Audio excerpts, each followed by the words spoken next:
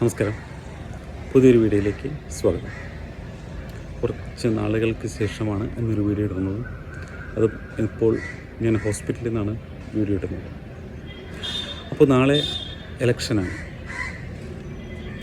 പെട്ടെന്നായിരുന്നു കേരളത്തിൽ ഇലക്ഷൻ. പ്രചരണത്തിനൊന്നും അധികം സമയം കിട്ടിയിട്ടില്ല. പെട്ടെന്നുള്ള ഒരു ഇലക്ഷനായിരുന്നു. പണ്ട് കേരളത്തിൽ BJPക്ക് നിൽക്കാൻ സ്ഥാനാർത്ഥി ഇല്ലാത്ത ഒരവസ്ഥയായിരുന്നു. പക്ഷേ ഇപ്പോൾ BJP ആണ് അല്ലെങ്കിൽ NDA ആണ് ഏറ്റവും കൂടുതൽ കാശിറക്കി ഇലക്ഷനിൽ പ്രചരണം നടത്തുന്നത്.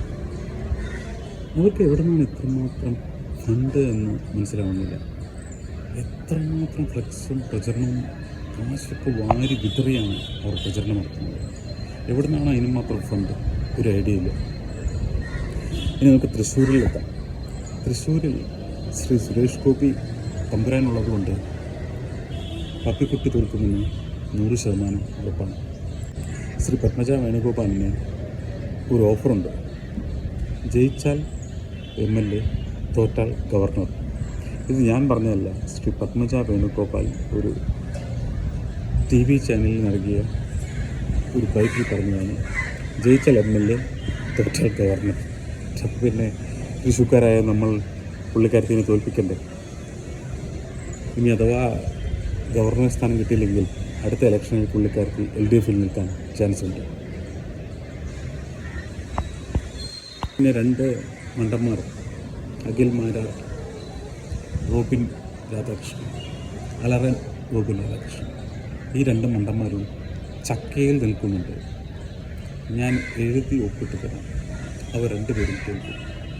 അവർ ജയിച്ചു കഴിഞ്ഞാൽ ഞാൻ മൊട്ടയടിക്കാമെന്ന് ഞാനിതാ പറയുന്നു. കാരണം അവർ 8 നിലയിൽ തോൽക്കുമെന്ന് 100% ഉറപ്പാണ്.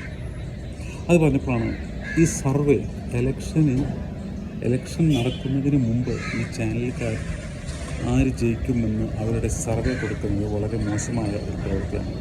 സപ്പോസ് നമ്മൾ വേറെ ഒരാൾക്കാണ് വോട്ട് ചെയ്യാൻ നിന്നതെങ്കിൽ ആ സർവേ കണ്ടു കഴിഞ്ഞാൽ നമ്മൾ വിചാരിക്കില്ലേ നമ്മുടെ വോട്ട് എന്തിനാണ് വേസ്റ്റാക്കുന്നത്? ആ സർവേ പ്രകാരം ആ ജയിക്കുമെന്ന പ്രതീക്ഷയുള്ള ഒരാൾക്ക് വോട്ട് ചെയ്യാമെന്ന് തോന്നുകയും അപ്പോൾ അവിടെ എന്താണ് സംഭവിക്കുന്നത്? കിട്ടാനുള്ള വോട്ട് കുറയുകയും തോൽക്കേണ്ട സ്ഥാനാർത്ഥി ജയിക്കുകയും ചെയ്യുന്നു. അതുകൊണ്ട് ഈ ഇലക്ഷന് മുമ്പുള്ള സർവേ പരമാവധി നിർത്താൻ എല്ലാവരും ശ്രമിക്കണം. എല്ലാ ചാനലുകാരും ശ്രമിക്കണം.